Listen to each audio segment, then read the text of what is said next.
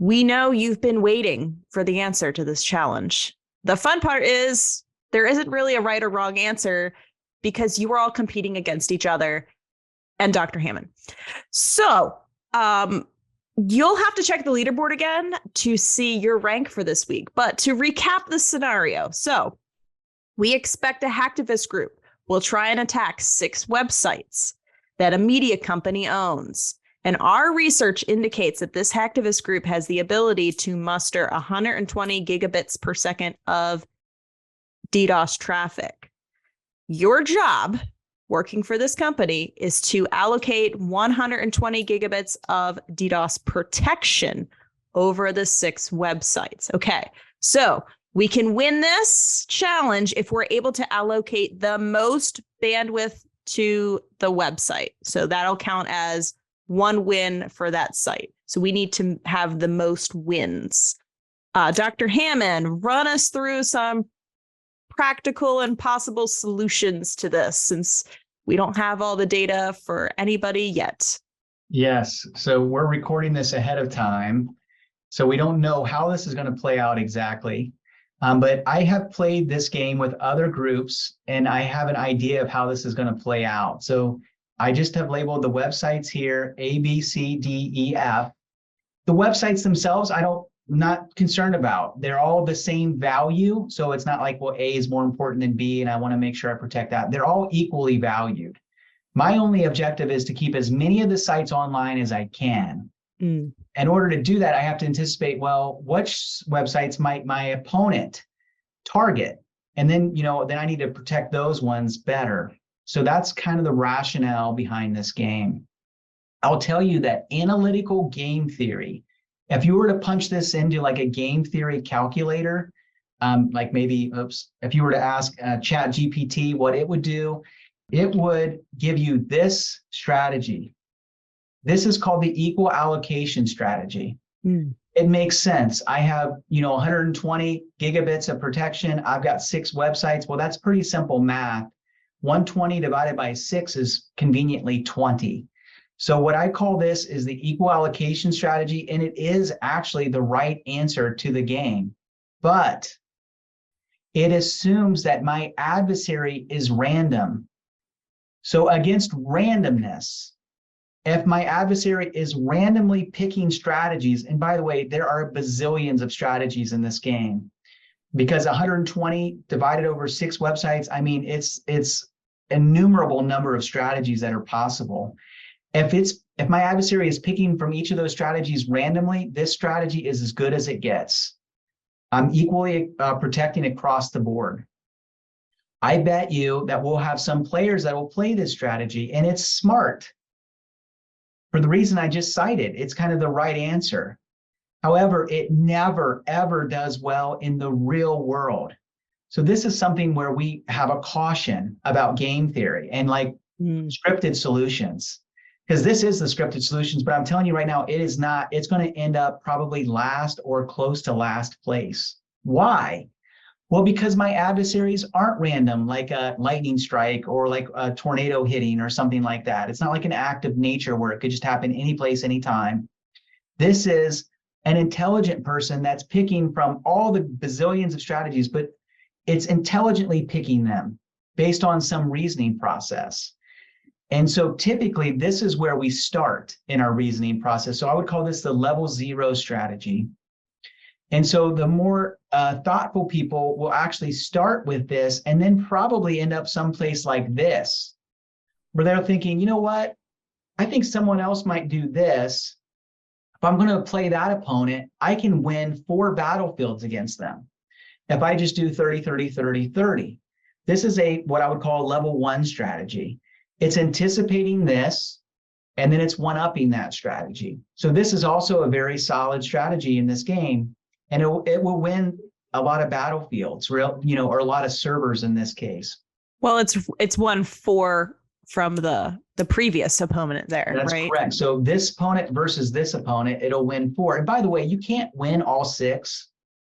You can never beat an opponent. Even if you know exactly what your opponent's going to do, you cannot beat him on all 6 servers, because the way the game is. First of all, if you tie, you lose. And secondly, we both have the same number of gigabits. So I can't, manufacture additional ones to beat you. So you can do the math and you can try to work it out. But if I know exactly what you're going to do, the best I can do is win 5 against you. So this one's a little conservative. I could have won 5, but I'm content to just win 4. But 4 is still pretty good. Like, I'm still beating you. I'm winning the war. You won 2, I won 4, and I'm willing to do that. This is the strategy I played in the game.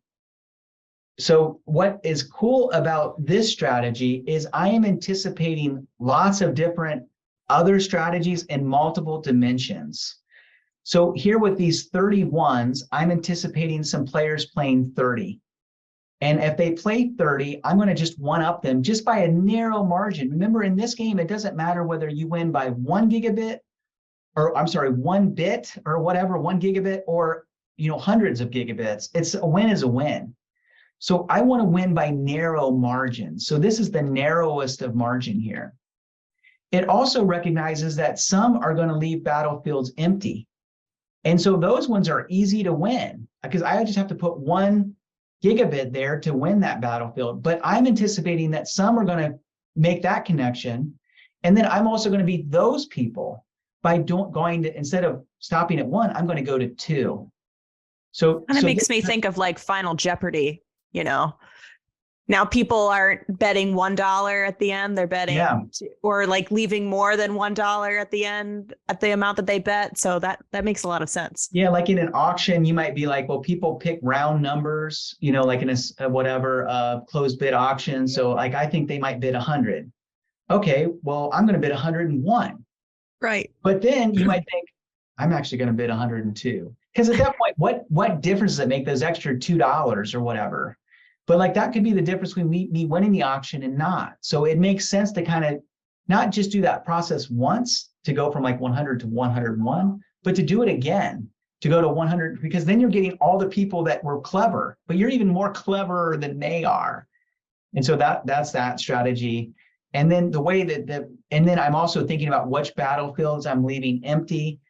And usually people focus on the central battlefields or the central servers in this case.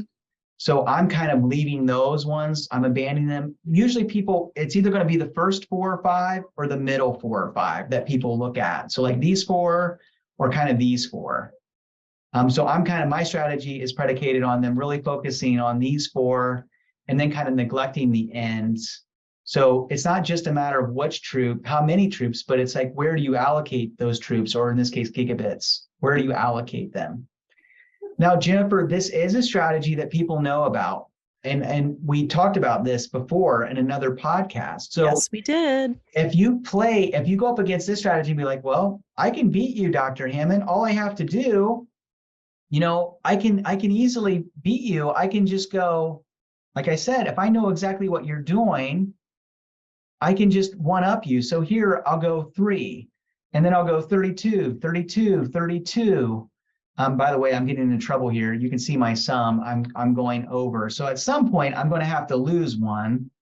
Maybe here I go down to 19. And then like this strategy versus this strategy.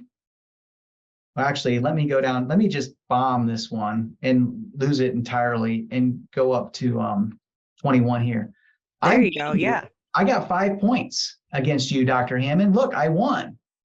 And you beat the person on level 1 as well. Yeah. So and on level 2. This may be good, but what we'll see when we get a lot of strategies, the cream's going to rise to the top here, because this is a great all-around strategy.